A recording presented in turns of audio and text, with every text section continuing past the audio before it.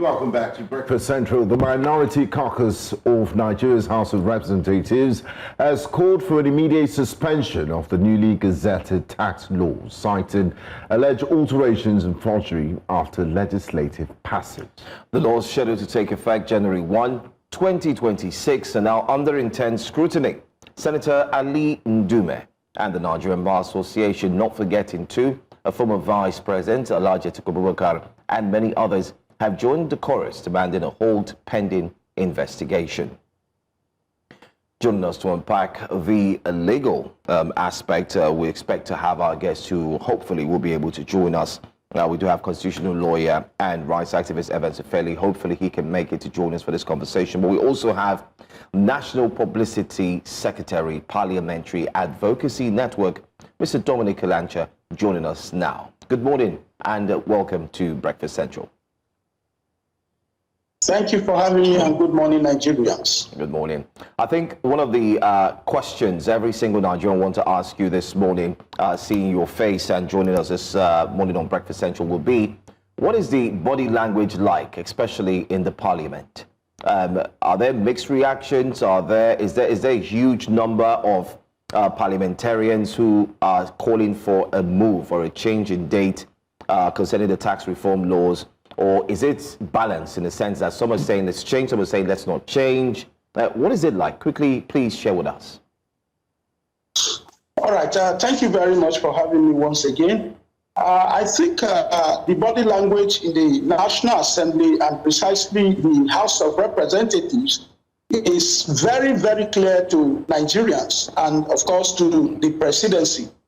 Because if you recall, it was from the House of Representatives that information was passed to Nigerians, that what was gazetted was not what was passed. And Honorable Dasuki, brought it up as a matter of an infringement on his right. And I think the National Assembly, they set up a committee to investigate it. And I don't know if the findings of the committees are out, but there are, insinuations and there are comments being passed here and there from, certain critical stakeholders, elder statements, opposition political parties leaders are calling for the suspension of the tax. Because you see, the truth of the matter is that there are three processes that a law passes before it becomes a law. Number one is for the joint, passage of the law after passing through first, second, and probably third reading, and the Senate and the lower chamber passed it. It becomes they passed it, and then they transmit it to the president for his assent. And then when they transmit it to the president for his assent, and he assented on it, it automatically becomes a law. But this law needs to be communicated to Nigerians, to courts, to businesses, especially as it regards to tax laws, tax reforms. So from the information is that it has undergone these processes. The both houses have passed the law. The president have assented to it, but what was gazetted in the government official gazetting listing was not what was passed. I recall that I remember as the argument was going on, some people were talking about threshold for tax. When we were engaging, some of the, particularly who was the chairman of the presidential initiative, for the tax reforms, he made categorically clear that Nigerians who are going, individuals that will be, will be taxed, will have a certain threshold of income per annum, before they are taxed. I think for individuals it was, I think 50 million, and then for companies it was maybe, I'm not too sure of the figure. But what was was passed, and that was what was passed from the information we are getting from National Assembly. But when it was gazetted, what was passed for individuals was 25 million, and for companies, I think it was 200 or 250 million. Like I said, I'm not too sure of that figure. So the body language of the National Assembly and from some Nigerians is that law should be suspended. But I think that they can do a quick one. The presidency, they need to come together and conclude their investigation, and I think they have gone far on that. They should tell Nigerians the outcome of these investigations so that we will know, because the debate is around, the power to prosecute, the threshold for individuals and all of that, who is to be taxed, who is not to be taxed, and who is to enforce enforceability and stuff like that. And then you see the reason why this thing has to be gazetted, re-gazetted for me, is the fact that if it is not re-gazetted, there could be some legal tussles as to which of the bill or which of the tax reform bill was actually passed. Is it the one that the National Assembly passed, or is it the one that the presidency passed? So okay. We are at the crossroad here, and I think the presidency need to apply, wisdom in dealing with these issues so that it doesn't create, a negative impression where Nigerians will begin to doubt the trust, the confidence that they have reposed on this administration, the trust they have reposed on this administration. Okay. I think they need to sit down and look at it very properly. But regazetting is what I think they should do, and not suspension of the law. Thank you, Mr. Alancha. You said the presidency needs to apply wisdom, and what sort of wisdom do you apply when you're less than 48 hours to the D-Day of implementation, the 1st of January? The laws are set to take effect on the 1st of January, which is less than 48 hours. What are the economic and governance risks of proceeding under a cloud of illegitimacy, and conversely, the risk of delaying the tax reforms altogether? What sort of wisdom should be applied in these times? Because there's this cloud of trust hanging over their heads. And if you delay, what are the inherent risks also? Damned if you do that. Well, for me, I wouldn't want you to look at the law as illegitimate because the law have passed through the processes of becoming law.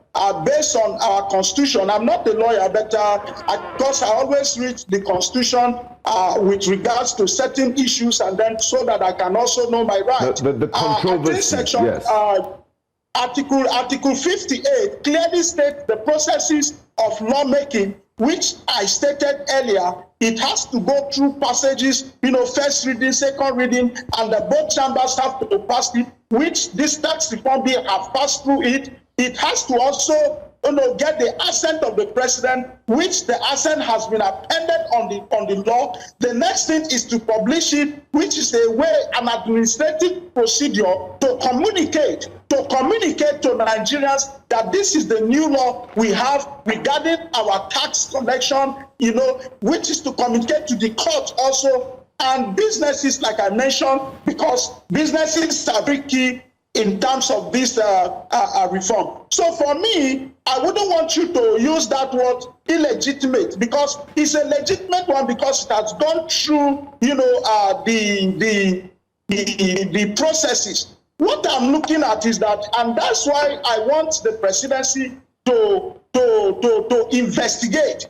I'm seeing a situation where there is a sabotage, on this. And sabotaging this tax law by publishing gazetting what was not passed is intended to create this crisis that we are already having, this doubt, we are already having, to puncture the confidence that Nigerians have on the administration, ably led by President Bola Ahmed Tinubu. And when you talk of the economic implication or economic risk, of course, it's very clear. If the law is to be implemented, Nigerians would, generate more tax, more revenue, that they will deploy into, infrastructure and other social investment and stuff like that. And if it is suspended, the revenue will not, accrue there, for all. But on governance also, like I said, this presidency have to investigate this, especially as to who is in charge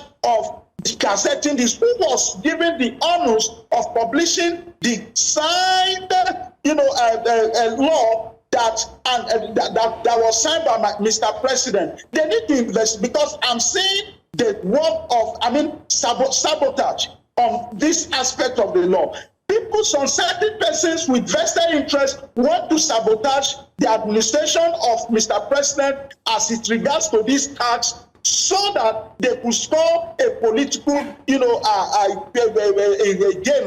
capital or something like that. So for me, I think it is very, very clear. The implication economically is that Nigeria may stand to benefit and Nigeria may stand to lose. But for me, if I would advise, it doesn't take anything.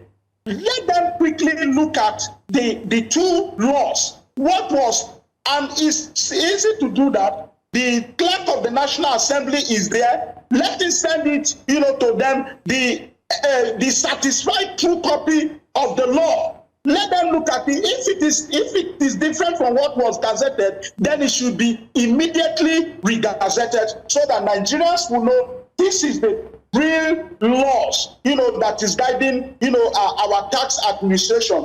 If not, believe me, there will be, cases in court challenging which of the laws are they following. Is it as an individual, if I have 25 million, I'll pay tax, or I will not pay?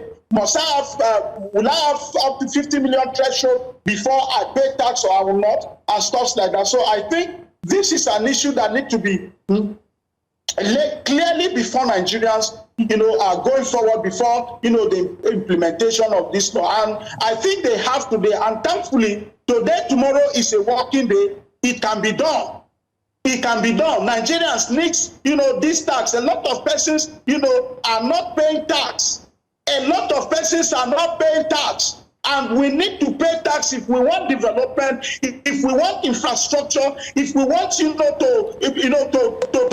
bridge the gap, the deficit in terms of our infrastructure, then people need to pay tax.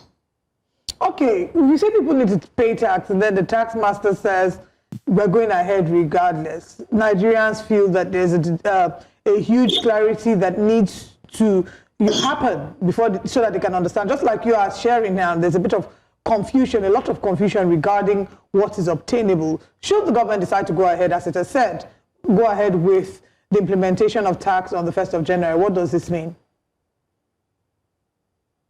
Well, like I told you, if the government decides to go ahead with the implementation of this tax, there will be a lot of, court cases challenging, the legitimacy of which of the law they are implementing. Already it has been established from the National Assembly that what was passed was not what was gazetted. And they are showing proof of what was passed with the with the satisfied true copy of what the both chambers passed as a law for Mr. President assent.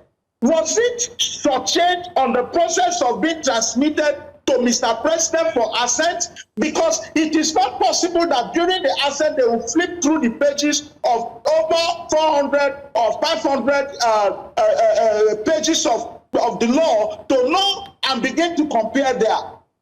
So the president assented on it. Which one did Mr. President assent on? Is it this one or the other one? So that's why I'm saying that they should investigate it quickly. And for, in order for Nigerians to retain the confidence, to repose more confidence on this administration, they need to, for me, this is my personal opinion. If they want to go ahead with it from January 1st, it will create a lot of mistrust on this administration. So how because they need to come out clearly and avoid legal, litigations and legal battles in the court. So which will eventually, and of course, if the court are going to rule, what could be the outcome? You can predict what could be the outcome of the court. if I come to court with two different laws and I'm asking them to give me, which one should I obey, they will definitely give another. Okay. And the other may not go in favor of the government. So I think they need to clear this. Nigerians need to know before the implementation which law are they going to be obeying in terms of this tax administration. So in what way can Nigerians hold the government accountable? Can Nigerians hold the lawmakers and the presidency, the tax committee, the tax master, the tax man? How can Nigerians hold all these parties accountable?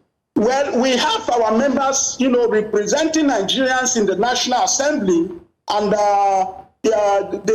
Little network connectivity there in terms of issues.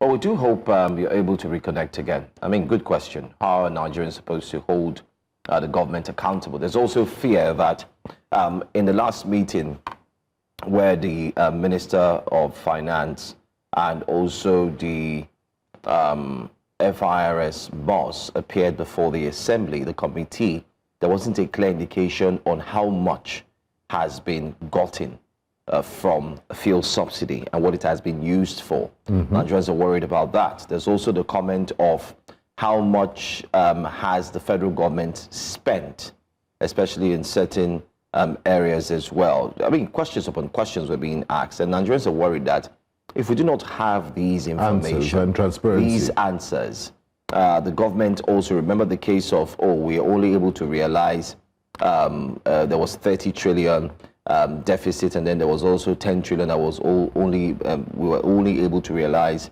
in terms of the annual fiscal budget. A few months after the president claimed to have met revenue targets. Exactly, the president had come out and said we met every target. So Nigerians are also skeptical and wondering and saying, okay, where do we belong? But we want to say thank you so much to the National Publicity Secretary, Parliamentary Advocacy Network, Dominic Alancha, for joining us. Unfortunately, the lawyer who was supposed to be here to also look at the implications concerning Nigeria's constitution with regards to the new tax reforms starting on January 1st, 2026, couldn't join us, but that's a conversation we're going to have. Hopefully we can continue this conversation maybe some other time, let's say tomorrow.